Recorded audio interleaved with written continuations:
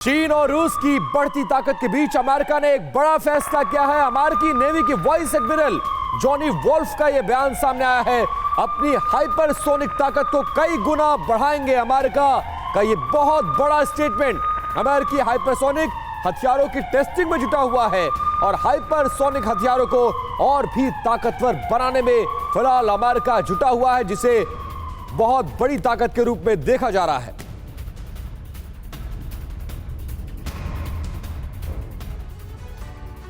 तो रूस और यूक्रेन जंग के बीच अमेरिका ने भी ऐलान कर दिया है कि वो अपनी ताकत को बढ़ाएगा और इस ऐलान के बाद खलबली का माहौल है, खासकर उस रूस में जिसके अगेंस्ट में अमेरिका है और अमेरिका जिसकी मदद कर रहा है, यूक्रेन की मदद कर रहा है और यूक्रेन अमेरिका की मदद के भरोसे ही इस युद्ध में लगातार टिका हुआ है। आखिरकार इस बीच अमेरिका का यह बयान क्यों आया है, हाइपरसोनिक क्यों अहम है, यह आपको समझाने की कोशिश करते हैं। क्या है यह हाइपरसोनिक और कैसे यह अहम हो जाता है, इसके बारे में आपको बताएंगे और एक एक डिटेल समझाने की कोशिश करेंगे। सबसे पहले समझते चलिए हाइपरसोनिक क्यों है अहम और कैसे काम करता है, कितनी इसकी क्षमता है, उसके बारे में आपको समझाने और बताने की कोशिश करते हैं।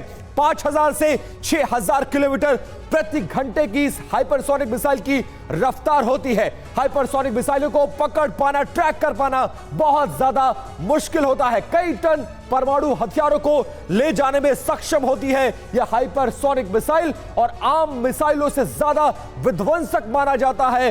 हाइपरसोनिक मिसाइल को हवा में रास्ता बदलने में माहिर होती है, यानी जैसे ही कमांड मिलेगा हवा में अपना रास्ता भी बदल सकती है, इसलिए बहुत ज्यादा घातक है यह मिसाइल। किन किन देशों के पास है वो आपको बताने की कोशिश करते हैं। सबसे पहले देखिए अमेरिका, दूसरे देश फ्रांस, जर्मनी, भारत, चीन, रूस, north Korea, south Korea, Japan, Australia समेत इन तमाम बड़े देशों के पास, जो ताकतवर देश हैं, उनके पास यह हाइपरसोनिक मिसाइल है और अमेरिका ने अपने हाइपरसोनिक मिसाइल की ताकत को बढ़ाने का ऐलान कर दिया है, जिसके बाद खलबली मच गई है और रूस, खासकर रूस की सबसे ज्यादा नजर है। इसी मुद्दे पर करेंगे चर्चा और हमारे साथ मेहमानों का एक बड़ा पैनल जुड़ गया है, उसका आपका परिचय करा दे। उससे सबसे पहले आप देखिए lieutenant general retired VK Chaturvedi साहब हमारे साथ जुड़ गए बतौर रक्षा विशेषज्ञ, वो हमारे साथ इस चर्चा में शामिल होंगे। इसके अलावा navy commander retired Rajeev Sardana sir हमारे साथ जुड़ गए हैं बतौर डिफेंस एक्सपर्ट। निनाद सेठ जो कि फॉरेन एक्सपर्ट के तौर पर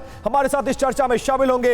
इसके अलावा कर्नल रिटायर्ड अनुराग शुक्ला रक्षा विशेषज्ञ के तौर पर भी हमारे साथ वो जुड़ चुके हैं। सबसे पहले sir lieutenant general VK Chaturvedi sir, मैं आपसे ही जानना चाहूंगा इस सवाल का जवाब। अमेरिका जिस तरह से अपनी ताकत को बढ़ाने का ऐलान किया है, इससे खलबली का माहौल है, खासकर जिन दो देशों में युद्ध 9 महीनों से चल रहा है उनमें कैसे इंपैक्ट देखते हैं और रूस में सबसे ज्यादा खलबली देखी जा रही है, कैसे इस ताकत को आप देखते हैं, इसका इंपैक्ट आने वाले दिनों में कितना ज्यादा वर्ल्ड पर पड़ने वाला है? विपिन, जो आप कह रहे हैं बहुत सच है। ये जो ताकत, मिलिट्री ताकत को बढ़ाने की हर कंट्री तैयारी करता है, लेकिन जो एम ऑफ आर्म फोर्सेस होता है वो शांति स्थापित करना होता है, मिलिट्री की लड़ाई लड़ना नहीं होता। जो भी अगर शांति स्थापित कर सकता है वही एक अच्छी आर्म फोर्सेस होती। इसमें हाइपरसोनिक जो मिसाइल्स की आप बात कर रहे थे, ये आज से नहीं काफ़ी दिनों से सारे देशों में है, भारत में भी है। ब्रह्मोस एक एग्जाम्पल है और जितनी ज़्यादा आप रफ्तार से मिसाइल्स को दाग सकते हैं उसमें एनिमी को रिएक्शन टाइम कम मिलता है। सर, आज के माहौल में रशिया यूक्रेन के जंग के बीच में क्या हाइपरसोनिक मिसाइल्स को लेकर भी आपको लगता है एक होड़ सी मची नजर आ रही है? ये प्राइमरली मैं समझता हूँ इस वक्त एक परसेप्शन बैटल है।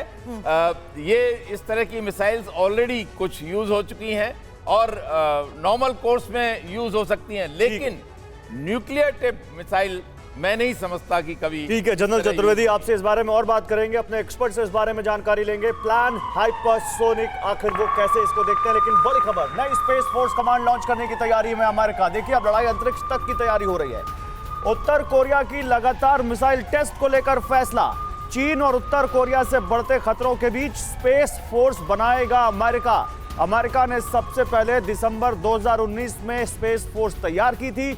अमेरिकी हितों को देखते हुए इस स्पेस फोर्स को बनाया जाएगा जो अमेरिकी हितों की रक्षा और अंतरिक्ष की सुरक्षा कर सके। तो स्पेस की लड़ाई क्या अगली लड़ाई होगी? निनाद सेठ मेरे साथ हैं, सीधे उनके पास चलते। निनाद सेठ, देखिए ये है ठीक है, मिलिट्री एक्सपर्टीज से जुड़ा हुआ मामला है, लेकिन ये स्पेस का जो ये मुद्दा है ना, ये बहुत गर्म हो चुका है, कमर्शियली भी और मिलिट्रीली भी। कैसे देखते हैं इसको आप? देखिए, अगर आप अभी यूक्रेन और रशिया का वॉर देखें तो ये एक वॉर सेंसर्स का है, ये एक वॉर सैटेलाइट्स का है, क्योंकि जो सिचुएशनल अवेयरनेस ग्राउंड पे मिलती है वो सैटेलाइट से मिलती है। और चाइना ने एक नया बहुत ही इंटरेस्टिंग रेडार डेवलप किया है जो लो ऑर्बिटिंग सैटेलाइट्स को ट्रैक भी कर सकता है और अगर जरूरत पड़े तो मिसाइल्स के साथ सिंक्रोनाइज करके डिस्ट्रॉय भी कर सकता है। पाकिस्तान को शायद वो देने भी वाले हैं रेडार, ये वाला, ऐसी कुछ बात भी आई थी। पर मुद्दा ये है कि अमेरिका स्पेस रेस में और हाइपरसोनिक रेस में थोड़ा पीछे चल रहा है। अभी अमेरिका ने 2 टेस्ट, अमेरिका पीछे चल रहा है, अमेरिका कौन चल रहा है? अभी रशिया, मेरे ख्याल से रशिया और चीन आगे चल रहे हैं। अच्छा। और खासकर हाइपरसोनिक में मिसाइल्स में मेरे ख्याल से अभी अमेरिका के पास ऑपरेटिंग हाइपरसोनिक मिसाइल नहीं है। आने वाले समय में स्पेस वॉर भी अगर हम देखें तो इसमें कोई अचंभे वाली बात नहीं होगी। देखिए, इस बीच एक और बड़ी खबर आ रही है। जिरकॉन मिसाइल सिस्टम से तबाही लाने के मूड में है रूस। रूस की मिनिस्ट्री ऑफ डिफेंस के सूत्रों से बड़ा खुलासा हुआ है। मिसाइल सिस्टम से ओनिक्स हाइपरसोनिक मिसाइल भी लॉन्च होगी और साथ ही ओनिक्स मिसाइल जमीन और समंदर में हो सकती है इस्तेमाल। इसका इस्तेमाल समंदर में किया जा सकता है। समंदर और जमीन पर तबाही ला सकती है ओनिक्स हाइपरसोनिक मिसाइल। तो इससे पहले हम हाइपरसोनिक मिसाइल को लेकर के चर्चा कर रहे थे और आपको बता दें कि जिरकॉन यानी कि महातबाही, क्या है ये जिरकॉन मिसाइल, इसके बारे में जानिए। एंटीशिप हाइपरसोनिक क्रूज मिसाइल है जिरकॉन और स्क्रैम जेट इंजन जिरकॉन को ध्वनि से यानी आवाज से 9 गुना स्पीड देता है।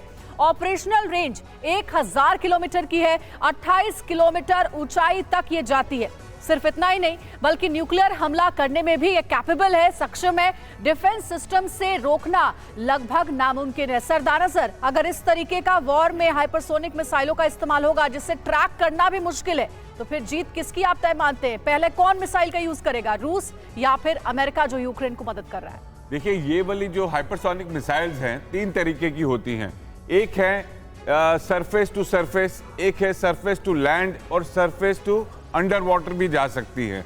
तो ये चीज़ें जो इतनी सक्षम मिसाइल्स हैं, ये इस समय सिर्फ एक फोर्स मल्टीप्लायर के हिसाब से और दिखाने के लिए है, ना कि ये मेरे ख्याल से इस्तेमाल में आएंगी। क्या इस्तेमाल नहीं होगा ऐसी मिसाइलों का? तो फिर इसका जिक्र क्यों हो रहा है, ये सामने क्यों आ रही है? जी, ये एक शक्ति प्रेजेंटेशन का हिस्सा है जिसके अंदर रशिया ने ऑलरेडी डिस्प्ले कर दिया है अपना हाइपरसोनिक मिसाइल। हाइपरसोनिक मिसाइल इस समय बहुत ही खतरे का विषय है बिकॉज उसकी रेंज जो है वो पूरे यूरोप को कवर करती है और पूरे अमेरिका को भी कवर करती है। इसको रोक पाना बहुत ही मुश्किल है। इसकी स्पीड जो है 9 मैक यानी कि ध्वनि से 9 गुना तेज चलती है और कोई भी ऐसा एयर डिफेंस सिस्टम नहीं बना जो उसको ट्रैक तो कर लेगा।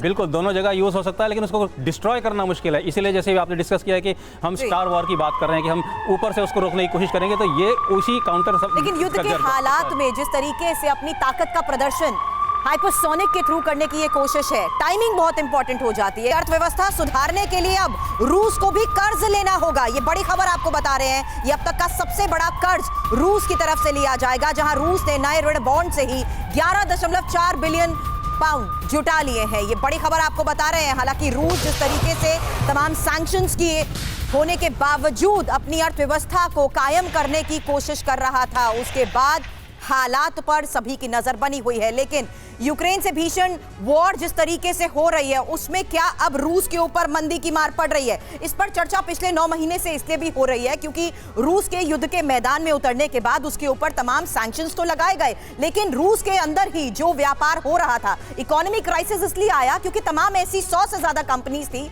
जिन्होंने अपने बिजनेस को रशिया में शट करने का फैसला लिया। या तो उन बिजनेस कंपनीज ने अपने कॉन्ट्रैक्ट्स को होल्ड कर दिया, कुछ समय के लिए रोक दिया, या पूरी तरीके से विड्रॉ कर दिया। इसी के तहत यह खबर अब युद्ध में 9 महीने बाद बहुत ज्यादा मायने रखती है कि यूक्रेन के साथ जंग में रूस किस तरीके से अब भीषण मंदी का भी कर रहा है ये सामना। आंकड़ों के लिहाज से भी हालांकि देखें तो ये खबर सामने आ चुकी है कि हालात रूस के इस कदर बिगड़ चुके हैं कि उसे अब ऋण बॉन्ड जारी करके 11.4 बिलियन पाउंड जुटाने पड़े हैं और रूस के इतिहास में ये अब तक का सबसे बड़ा कर्ज बताया जा रहा है। अब यूक्रेन से जंग में रूस का ये सैन्य बजट भी देखिए 40% बढ़ चुका है और सबसे जरूरी बात कि इस साल ये दूसरी तिमाही में रूस की जीडीपी 4.1% की गिरावट दिखा रही है। ऐसे में 100 से ज्यादा बड़ी कंपनीज जो थोड़ी देर पहले मैंने आपको बताया रूस को छोड़कर पहले ही जाने का फैसला ले चुकी हैं, ये मंदी की मार इसे कहेंगे, क्योंकि अमेरिका और यूरोप देशों के प्रतिबंध की वजह से भी रूस की हालत लगातार खराब होती रही है। अब इस इकोनॉमी क्राइसिस को लेकर आपको क्या लगता है चतुर्वेदी सर? आंकड़े तो अब जाकर सामने आ रहे हैं, लेकिन हकीकत तो यह है कि सैंक्शंस का असर पहले भी हुआ है। भले ही ऑयल के मामले में रूस अभी भी डोमिनेट करता हुआ नजर आया। सुरभि, आप ने सही कहा, आर्थिक रूप से जरूर तंगी आती है जब भी वॉर के हालात होते हैं हर एक आदमी, क्योंकि वॉर एक ऐसा है जहां पे डिफेंस पे बहुत ज़्यादा खर्चा होता है, काफ़ी ह्यूमैनिटेरियन खर्चा होता है, इंफ्रास्ट्रक्चर बर्बाद होता है। लेकिन इस सब के बावजूद भी मैं समझता हूं पिछले 9 महीने में जिस तरह से रशिया ने अपने आर्थिक सुधार और पेट्रोल और डायमंड वगैरह का जो उन्होंने अपना कंट्रोल किया है, वो बहुत काबिल तारीफ है। जिस तरह से उन्होंने यूरोप, आज भी यूरोप वगैरह जो ज़रूरतमंद देश हैं वो आज भी उनसे गैस ले रहे हैं, और भारत भी ले रहा है, चाइना ले रहा है, तो ये नहीं है। लेकिन जो वहां पे पेट्रोल की कमी धीरे धीरे आएगी, क्योंकि रशिया को भी लड़ाई लड़ने के लिए कमी का नहीं है। निनाद सर, छोटा सा जवाब इस पर चाहूंगी। तमाम ऐसी बड़ी बड़ी आईटी सेक्टर की कंपनीज है, या हम कहें कई ऐसे ब्रांड्स हैं जिन्होंने खुद को विड्रॉ कर लिया है, पार्शियली विड्रॉ कर लिया, यानी इकोनॉमिक क्राइसिस तो वहां पर हो रहा है, लोगों की नौकरियां तो वहां भी जा रही हैं। देखिए, रशियन मिडिल क्लास बहुत सफ़र कर रहा है, और रशियन इकोनॉमी के 3 ही खास मुद्दे हैं। वो एक कमोडिटीज बेस्ड इकोनॉमी है, oil, natural gas, diamonds, gold और वेपन्स। इसके सिवाय वहाँ पे मैन्युफैक्चरिंग इतनी नहीं है, इतना ब्रॉड बेस नहीं है। पर हमें ये भी समझना पड़ेगा कि ऑयल इतनी बड़ी चीज़ है कि उन्होंने अपने इम्पैक्ट को लिमिट किया है, अपनी इकोनॉमी को बचा के रखा। ये बहुत काबिल तारीफ है रूस के लिए। और इस बीच एक और बड़ी खबर आ रही है, उसका रुख कर लेते हैं। यूक्रेन के साथ जंग में रूस को भारी नुकसान हुआ है। यूरोपीय तेल बाजार में रूस को भारी नुकसान का आकलन किया गया है। रूस ने उत्तरी यूरोप में 90% अपना बाजार खो दिया है। उत्तरी यूरोपीय बाजार में रूसी तेल 1 लाख बैरल नीचे गिर गया। फरवरी की शुरुआत में हर दिन 1.2 मिलियन बैरल तेल भेजा जाता था, लेकिन अब बहुत कमी देखने को मिल रही है। सरदाना सर, इसका इंपैक्ट क्या होगा इस युद्ध में? जाहिर है कि जब 2 देश युद्ध में होंगे तो नुकसान होगा, लेकिन जो बाजार खोया है रूस ने, इसको वापस कब पा सकता है? कितना बड़ा नुकसान हो रहा है और इसकी भरपाई कैसे होगी? मुझे लगता है रशिया का इतना बड़ा नुकसान नहीं हो रहा है। ये सिर्फ एक इम्पैक्ट दिख रहा है, क्योंकि पूरा विश्व उनके एक तरीके से अगेंस्ट हो गया है। कर्ज लेने की बात कहां से सामने आई? देखिए, ये आर्थिक स्थिति को सुधारने के लिए, आंकड़ों को, जीडीपी को के फिगर्स को बचाने के लिए भी ये लोन्स हर गवर्नमेंट लेती रहती है, बॉन्ड्स फ्लोट करती रहती है। तो इससे कोई इतनी बड़ी चीज नहीं है, इतने बड़े विश्व पावर रशिया के लिए। यानी इसे युद्ध से जोड़कर नहीं देखा जाना चाहिए। बिल्कुल नहीं। आप लोग कह रहे हैं इकोनॉमी के अभी भी बूस्टअप है, अर्थव्यवस्था अच्छी है। मेरे हिसाब से रशिया को कोई फर्क नहीं पड़ा है इस चीज से। ये एक छोटी सी एक आंकड़ा है कि एक लोन लिया गया है। रूस यूक्रेन जंग में पुतिन को लगा है बहुत बड़ा झटका, और पुतिन के सबसे भरोसेमंद कर्नल की संदिग्ध मौत हुई है। कर्नल वादिम बॉयको के शरीर में लगी थी कई गोलियां, और कर्नल वादिम बॉयको की संदिग्ध मौत की जांच भी की जा रही है। मोबिलाइजेशन के प्लान को आगे बढ़ा रहे थे कर्नल। तो देखिए, एक और कर्नल की मौत की खबर है, और इनकी मौत की जांच की जा रही है। बड़ी बात यह है कि संदिग्ध मौत है इनकी। कैसे इनकी मौत हुई, इसके बारे में कोई जानकारी अभी तक नहीं है। मोबिलाइजेशन के प्लान को यही कर्नल हैं जो कि आगे बढ़ा रहे थे, और अब इनकी मौत के बाद जांच की जा रही है कि आखिर संदिग्ध परिस्थितियों में इनकी कैसे मौत हुई। अब आपको देखिए, बिग वॉल पर कुछ डिटेल्स देने वाले हैं इसी बड़ी खबर से जुड़ी हुई। पुतिन के जंगबाज को आखिर किसने मारा? देखिए, सारी इंफॉर्मेशन आपके सामने है। पुतिन के मिशन को अंजाम तक पहुंचाने वाले कर्नल की संदिग्ध परिस्थितियों में मौत हो गई है। आगे जानकारी है कि पुतिन के प्लान मोबिलाइजेशन में शामिल थे कर्नल वादिम बॉयको, इनका नाम है, और जो मोबिलाइजेशन का फैसला पुतिन का था उसमें ये लीड कर रहे थे। यूक्रेन में पुतिन की जंग की स्ट्रेटेजी को आगे बढ़ा रहे थे कर्नल। साथ ही वॉर जोन में पुतिन के सबसे खूंखार कर्नल माने जाते थे वादिम बॉयको। और आगे जानकारी है कि रूस के कर्नल वादिम बॉयको के शरीर में कई बुलेट भी लगी हुई थी। संदिग्ध परिस्थितियों में मौत हुई है कर्नल बॉयको की। कर्नल शुक्ला, जरा ये बताइए कि लगातार युद्ध में हम देख रहे हैं कि रूस ने अपने कई कर्नल्स को खोया है, लेकिन कर्नल बॉयको की जो संदिग्ध परिस्थितियों में मौत हुई है, इसके पीछे किसका हाथ है? क्या यूक्रेन ही है, या फिर इसके पीछे पश्चिमी देश भी हो सकते हैं? नहीं, इसके लिए तो कहना बहुत मुश्किल होगा, क्योंकि वॉर के अंदर किसने किस पे गोली चलाई ये बहुत मुश्किल हो जाता है पता लगाना, और वहाँ पे मौजूद लोगों से जो खबरें मिलती हैं उसी पे विश्वास करना पड़ता है हम लोगों को। लेकिन डेफिनेटली जिस तरह से उनका बैकग्राउंड रहा है, जिस तरह से वो बड़े खूंखार माने जाते हैं और काफ़ी ज़्यादा एक्टिव रहे हैं युद्ध के दौरान, तो डेफिनेटली एक तरह से उनके बहुत सारे दुश्मन रहे होंगे जो दोनों तरफ हो सकते हैं, रशिया की तरफ भी हो सकते हैं और यूक्रेन की तरफ भी हो सकते हैं। तो कहीं भी उनसे किसी भी तरह से उनके ऊपर हथियार गोली कोई चला सकता था। कहर बरपाने की ये कोशिश है। हालांकि एक और अगली बड़ी खबर ये है कि वॉर जोन में अब यूक्रेन की मशीन गन का कहर भी देखने को मिल रहा है, जहां रूसी फौज पर यूक्रेनी मशीन गन्स भारी पड़ रही हैं। तस्वीरें आपके सामने होंगी, देखिए कैसे हैवी मशीन से रूसी फौज को यूक्रेन लगातार निशाना बना रहा है। सरदाना सर, इन तस्वीरों को देखिए और बताएं कि कैसे यहाँ पर बार पलटवार होते जा रहे हैं और इस बीच रूस को बड़ा नुकसान पहुंचाने की यूक्रेन की कोशिश लगातार जारी। यूक्रेन की कोशिश जारी है अपने आप को बचाने की, ना कि अटैक करने की। ये तस्वीरें ये दर्शाती हैं कि ये एक प्रोटेक्शनरी मेजर है, ना कि आक्रमण हमला है रूस पर। यानी आप ये कह रहे हैं कि जो वॉर ऑफ सर्वाइवल की सिचुएशन है उसमें यूक्रेन जिस तरीके के एक्शन ले रहा है वो खुद को ही बचाने की कोशिश बिल्कुल। और इसी बीच एक और बड़ी खबर आ रही है, उसका रुख करते हैं। जंग के लिए जवानों को तैयार कर रहा है रूस। नए सैनिकों को गन चलाने की ट्रेनिंग दे रहा है रूस, क्योंकि लगातार उसको जरूरत है नए जवानों की। रूस नए जवानों को ड्रोन की ट्रेनिंग भी दे रहा है। रूस की डिफेंस मिनिस्ट्री ने इस ट्रेनिंग का वीडियो भी जारी किया है। यूक्रेन से जंग लड़ने की ट्रेनिंग देता हुआ नजर आया रूस। और समझिए कि क्या कुछ हो रहा है। एक तरफ 3 लाख से ज्यादा नए सैनिकों को भर्ती, उनको लगातार सीमाओं पर उनकी तैनाती, और उसके बाद अब फिर से नए सैनिकों की जरूरत। सर, नुकसान तो हो रहा है, सरदाना सर, नुकसान तो हुआ है, इसका आकलन पूरी दुनिया को है। बार बार नुकसान हो रहा है और बार बार सैनिकों की भर्ती, लेकिन इस तरह के वीडियोस के जरिए संदेश देने की क्या कोशिश है, क्या दिखाने की कोशिश कर रहा है रशिया? देखिए, साइकोलॉजिकल वॉरफेयर का पार्ट है, अपने फोर्सेस का मनोबल बढ़ा के रखने का पार्ट है। तो वीडियोस तो दोनों तरफ से जारी किए जाते हैं, लेकिन जो रशिया की तरफ से वीडियोस आते हैं वो ऑफिशियल आते हैं और उनमें कुछ दम होता है, कुछ बात होती है।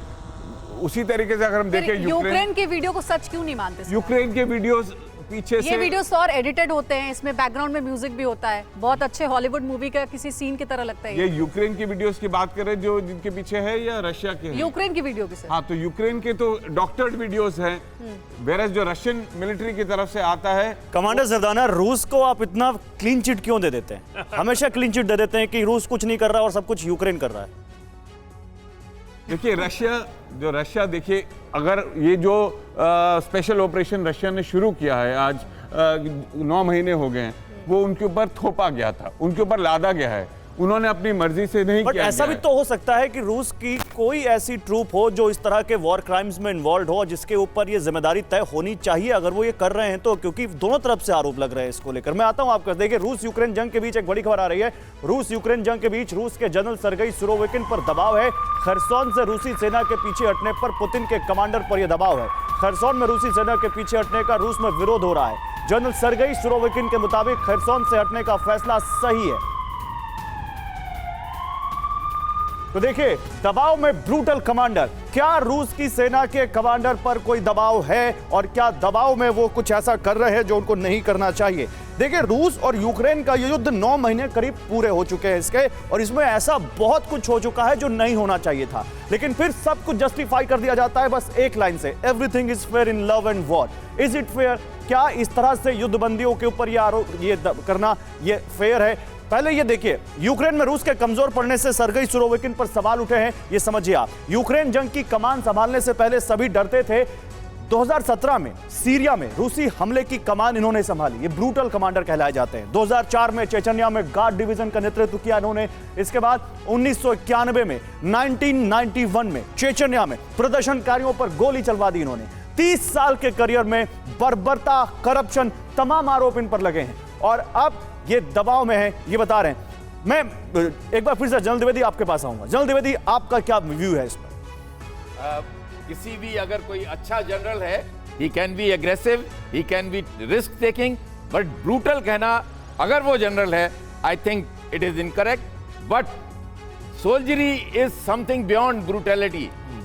Soldier is not brutal, that must be very clear. लेकिन कर्नल शुक्ला, हमने तो देखा है ना इस युद्ध में हमने देखा है जो जनरल कमांडर कैसे ब्रूटल नजर आए हैं। बूचा नरसंहार को देख लीजिए, जो यूक्रेन ने रूस के ऊपर आरोप लगाए, और भी कई ऐसे कड़े फैसले, टॉर्चर करने की बात सैनिकों को, ये सारे वीडियोस हमने देखे इस वॉर में। नहीं, इस तरह के वीडियो तो आते रहेंगे, सच मानना मुश्किल है, बट डेफिनेटली जब एक एग्रेसिव युद्ध चल रहा है जिसके अंदर कोई भी तरह किसी तरह का फाइट चल रहा है, हैंड टू हैंड कॉम्बैट चल रही है, तो डेफिनेटली इस तरह के आरोप तो लगेंगे ही।